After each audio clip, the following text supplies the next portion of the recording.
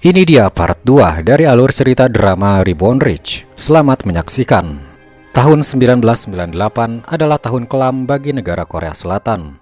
Negara secara tak terduga masuk ke dalam masa krisis.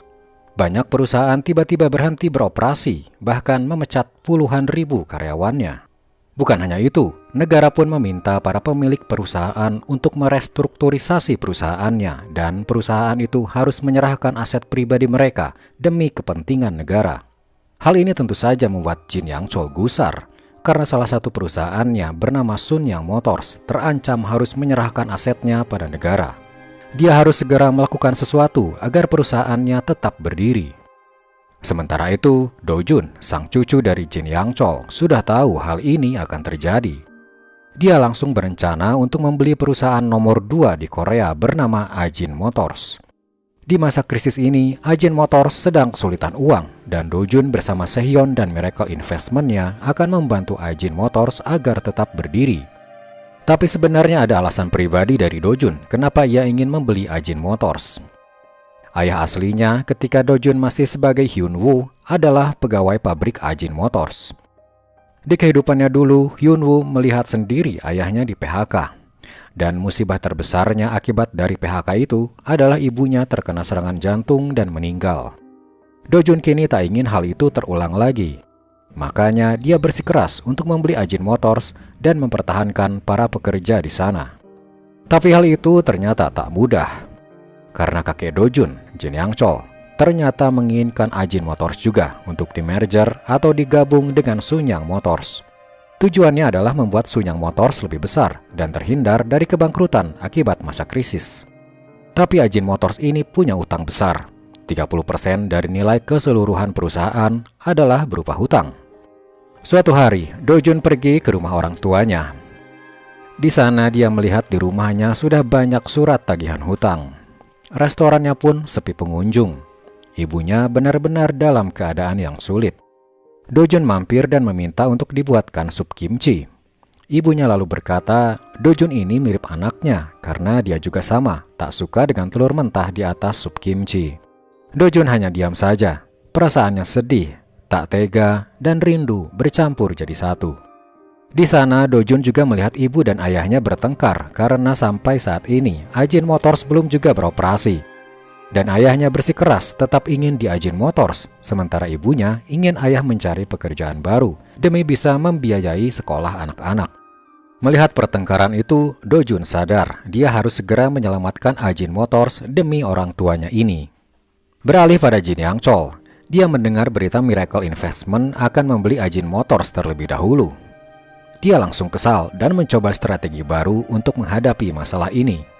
Jin Yang Chol kebetulan akan berbesan dengan salah satu pemilik media surat kabar terbesar di Korea bernama Media Hyun Sung.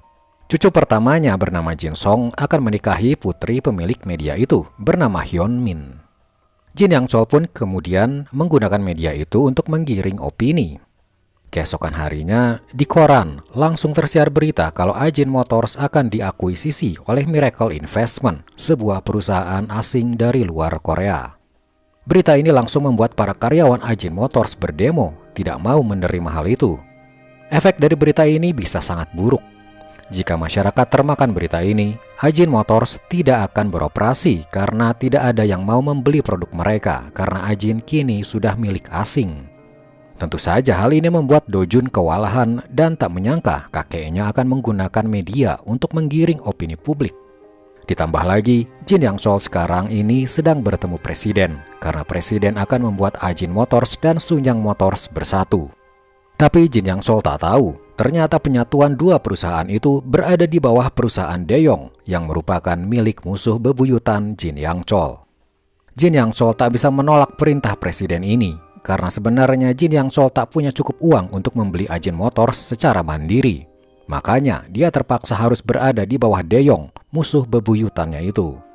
Sementara itu, Do Jun belum juga menyerah untuk memiliki Ajin Motors demi agar ayahnya tidak di PHK. Dia pun punya strategi baru dan meminta Sehyeon untuk melaksanakannya. Sehyeon langsung menemui Jin Yang Chol dan berkata, Miracle Investment akan menyediakan uang agar Jin Yang Chol bisa membeli Ajin Motors secara mandiri, sekaligus melunasi seluruh hutang-hutang Ajin Motors. Tidak main-main, uang yang Miracle siapkan adalah $1,5 miliar. Dengan ini, Jin Yang Chol akan bisa memiliki Ajin Motors sepenuhnya, tak lagi di bawah De Yong, musuh bebuyutannya itu. Selain itu, penyatuan Ajin Motors dan Sunyang Motors bisa membuat perusahaan ini menjadi 10 perusahaan terbesar di dunia. Sebagai gantinya, Miracle Investment meminta 17% dari saham perusahaan merger tersebut dan memberi syarat untuk mempertahankan seluruh karyawan Ajin Motors tanpa PHK seorang pun. Jin Yang Chol yang mendengar persyaratan ini langsung menyetujuinya dan menyampaikan hal ini kepada Presiden. Mendengar hal ini, Presiden pun setuju, karena di masa kepemimpinannya akan ada perusahaan Korea yang akan menjadi top 10 perusahaan terbesar di dunia. Dengan semua strategi ini, Presiden akan disukai masyarakat, Jin Yang Chol akan memiliki Ajin Motors, dan Do Jun berhasil menyelamatkan ayahnya dari PHK. Semua pihak senang dan puas. Setelah semua kerumitan perusahaan itu akhirnya terselesaikan, Do Jun pun pergi mengunjungi orang tua aslinya. Tapi dia heran kenapa rumahnya tertutup dan gelap. Lalu tak jauh dari sana ada sebuah rumah yang lampunya menyala. Betapa terkejutnya Do Jun karena ketika dia melihat ke sana, foto ibunya ada di altar kematian. Ibunya meninggal. Kali ini bukan karena serangan jantung, tapi bunuh diri. Sepertinya ibunya tak tahan dengan krisis ini. Dia bunuh diri sebelum mengetahui kalau Ajin Motors sudah baik-baik saja. Kali ini, Do Jun gagal mengubah sejarah. Ibunya tetap meninggal, walaupun dia sudah berusaha sekuat tenaga. Dengan rasa kalut dan masih tak percaya, dia kembali ke rumah orang tuanya dengan cara mendobrak masuk menghancurkan pintu kaca. Do Jun mencari-cari dokumen di sana, sembari dirinya mengingat kembali masa-masa dulu bersama ibunya. Bagaikan melihat film yang terpampang di hadapannya, ingatan masa lalu Do Jun kembali ketika dia bersama ibunya mengobrol tentang keinginannya untuk masuk kuliah. Ibunya benar-benar kesulitan uang, tapi Do Jun ingin sekali masuk kuliah. Dengan rasa berat hati, ibunya mengiyakan keinginan anaknya itu dengan perasaan sedih. Ingatan itu membuat Do Jun benar-benar rindu akan sosok ibunya yang kini sudah meninggal untuk kedua kalinya bagi Do Jun. Di rumah itu, Do Jun menemukan beberapa dokumen penting. Ternyata selama ini ibunya berinvestasi di perusahaan Sunyang Life Science, perusahaan yang kini sudah dijual. Akibat dijualnya Sunyang Life Science, para investor kecil di sana menjadi korban karena uang yang mereka investasikan hangus tak bisa kembali. Do Jun pun mencari tahu kenapa ibunya sampai berinvestasi seperti itu. Karena setahu Do Jun, ibunya bukan tipe orang yang suka berinvestasi. Dia pun pergi ke perpustakaan kampus untuk mencari tahu tentang ini, tapi kebetulan dia berpapasan dengan Min Yong.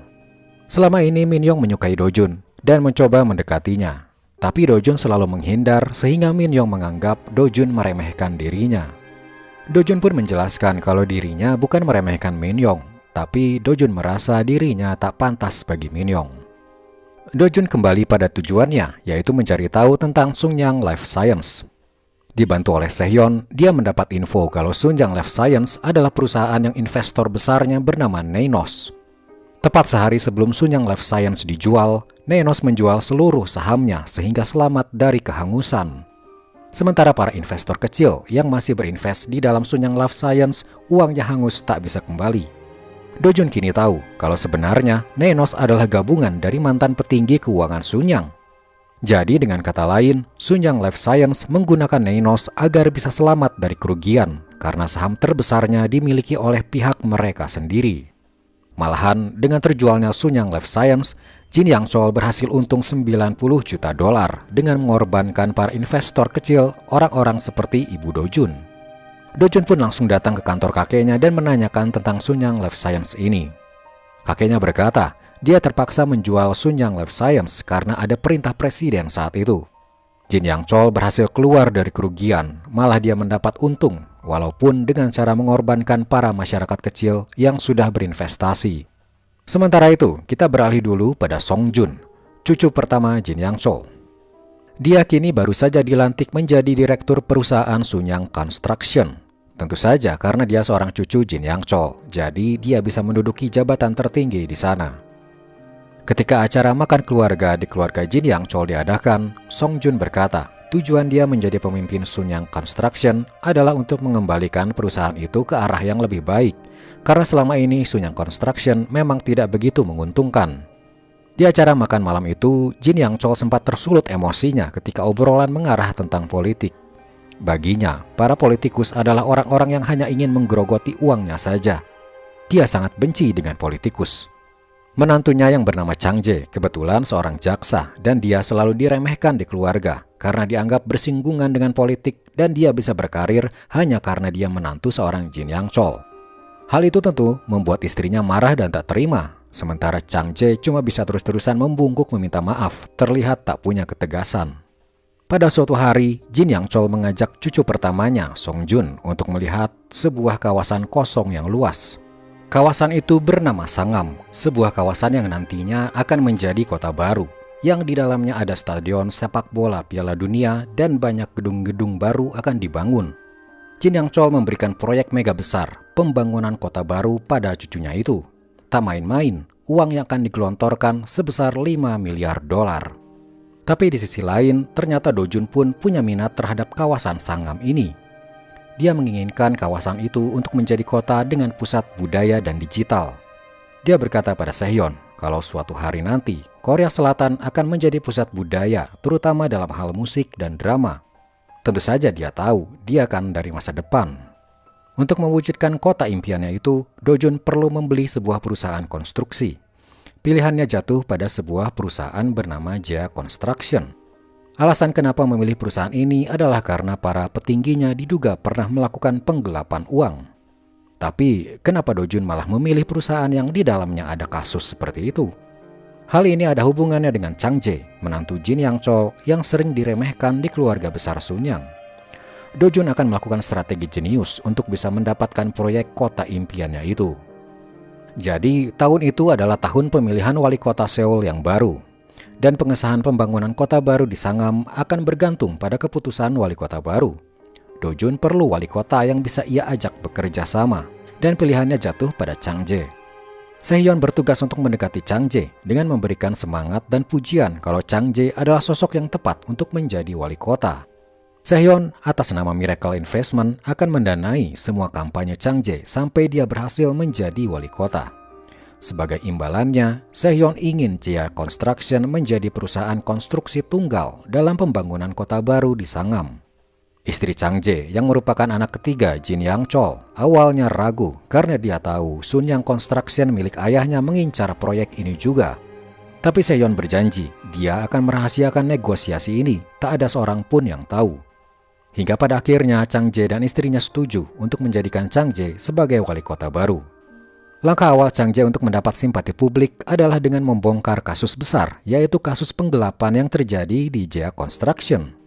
Itulah kenapa di awal Do Jun memilih Jia Construction, agar dia bisa dengan mudah menghabisi para petinggi korup yang ada di dalam Jia Construction, sehingga akhirnya dia bisa membeli perusahaan itu dengan mudah. Strategi Do Jun ini berhasil. Chang Jae muncul di berbagai media majalah dan koran, membuat elektabilitasnya naik dan bisa bersaing dengan para calon lain yang sudah berpengalaman.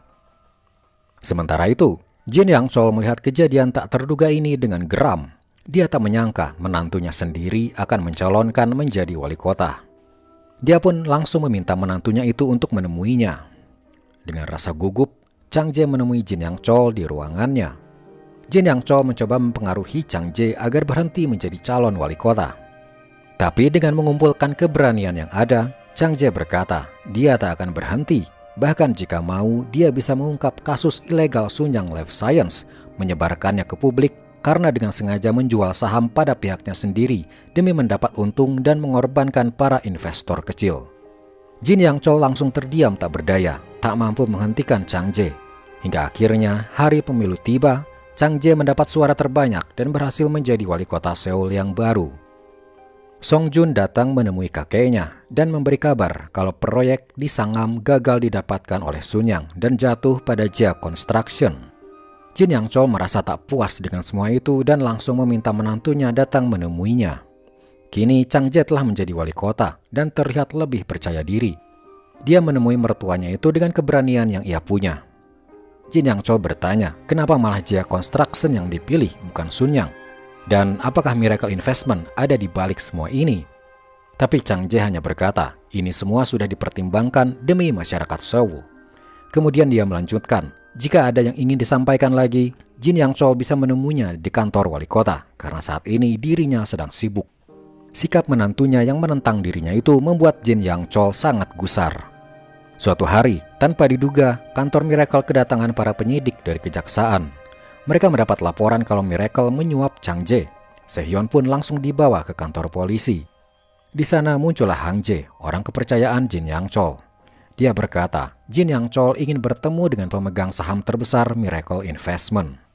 Maka pertemuan Jin Yang Chol dan pemegang saham terbesar Miracle pun terjadi. Jin Yang Chol menunggu, dan ketika orang yang dia tunggu tiba, dia tak menyangka orang itu adalah cucunya sendiri, Do Jun. Jin Yang Chol langsung marah dan berteriak.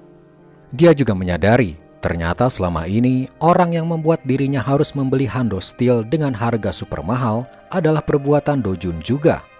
Dia tak menyangka kalau Do Jun sejenius itu dalam berbisnis, tapi kejeniusannya ia pakai untuk melawan dirinya, kakeknya sendiri.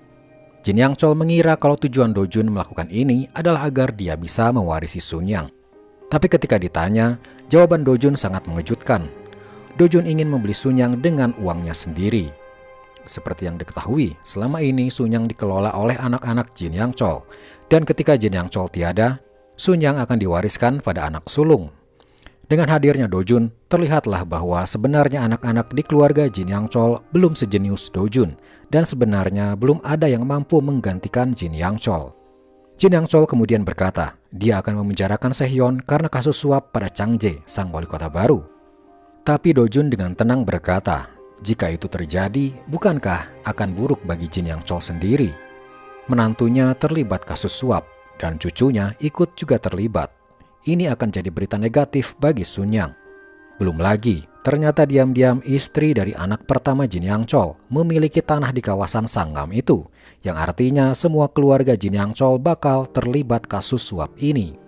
Hingga pada akhirnya, jika berita tersebar, publik akan beropini kalau semua ini dalangnya adalah Jin Yang Chol sendiri, sang pemimpin tertinggi keluarga. Tentu saja hal ini membuat Jin Yang Chol gemetar. Dia tak menyangka dirinya yang tidak ikut-ikutan jadi terseret juga di kasus besar ini. Akhirnya dengan terpaksa, Sehyeon dibebaskan dengan alasan tak ada bukti dan kasus suap itu dianggap tidak pernah ada. Jin Yang Chol kini harus melakukan sesuatu karena cucu bungsunya sekarang sudah menjadi musuh dalam selimut. Dia mendatangi cucu sulungnya, Song Jun, untuk membalas dendam kepada Do Jun. Seperti diketahui, Song Jun adalah pemilik Sun Yang Construction yang kalah tender dengan Jaya Construction milik Do Jun. Dan sampai saat ini pembangunan kota baru masih dipegang oleh Do Jun. Tapi tiba-tiba di suatu siang, Do Jun mendapat kabar bahwa semua pihak stasiun TV menarik keikutsertaannya untuk masuk ke kota barunya itu. Kota yang akan dibangun Do Jun berbasis digital media, dan keikutsertaan para stasiun TV menjadi pilar utama pembangunan kota tersebut. Dengan mundurnya mereka, bisa-bisa pembangunan kota baru akan gagal. Do Jun sadar semua ini adalah ulah kakeknya. Sun Yang punya uang yang mengalir ke segala sektor di Korea, termasuk ke dalam stasiun TV. Ternyata Sun Yang mengancam para stasiun TV. Mereka tidak akan mendapat iklan yang merupakan sumber penghasilan utama mereka jika ikut dalam pembangunan kota baru. Ancaman itu berhasil, dan Do Jun kini kebingungan. Tambah lagi, jika Do Jun gagal, maka proyek ini akan diserahkan pada Sun Yang Construction yang dipimpin oleh Song Jun. Tapi semua blueprint Do Jun tentang kota baru akan digunakan oleh Sun Yang. Ini ibarat karya Do Jun dicuri lalu digunakan dengan atas nama Sun Yang. Tapi Do Jun tak menyerah. Dia punya ide untuk membuat e-sport agar ada pihak media yang menyelenggarakannya dan ikut bergabung masuk ke dalam pembangunan kota baru. Cara itu membuahkan hasil. Ada satu media yang bersedia bekerja sama, dan media itu ingin bertemu dulu dengan Do Jun. Do Jun pun pergi menemui pihak media tersebut. Di sebuah gedung kecil, dia masuk ke dalamnya dan ternyata bertemu dengan Hyun Min, putri pemilik media Hyun Sung. Dia berkata, dia bersedia membangun perusahaan media di kota baru milik Do Jun. Terjadi hal tak terduga ketika lampu di sana tiba-tiba pecah, dan Do Jun langsung memeluk Hyun Min mencoba melindunginya. Lalu kemudian mereka kembali pada diskusi mereka. Bagi Do Jun, tawaran ini bisa berarti dirinya akan dikontrol oleh Hyun Min, karena tanpa Hyun Min, kota baru tak akan bisa terwujud. Do-jun pun memutuskan untuk menolak tawaran Hyun-min itu dan mencari jalan lain. Ia pun pergi dari sana. Penolakan itu sepertinya memberikan bekas mendalam pada Hyun-min karena sepertinya dirinya tertarik pada Do-jun. Tapi itu semua sudah berlalu. Perjodohan dirinya dengan Song-jun, sang cucu sulung Jin Yang-chol, akhirnya diteruskan hingga ke jenjang pernikahan. Song-jun pun merasa percaya diri karena kini proyek kota baru akan menjadi miliknya dan dia berhasil menggait putri dari perusahaan media terbesar Korea menjadi keluarga Sunyang. Dia pun meminta saham Sunyang yang sama besarnya dengan para anak-anak Jin Yang-chol pada kakeknya itu sebagai hadiah pernikahannya nanti. Semua terlihat berjalan lancar bagi keluarga Sunyang saat ini. Tapi yang mereka tak tahu, diam-diam Jin Yang-chol punya rahasia. Ketika dia melakukan medical check-up di rumah sakit beberapa waktu lalu, dia mendapat hasil mengejutkan. Menurut hasil medis, di bagian otak Jin Yang-chol terdapat kelainan dan tak bisa disembuhkan bahkan dengan operasi. Dia harus hidup dengan membawa penyakit ini sepanjang sisa hidupnya.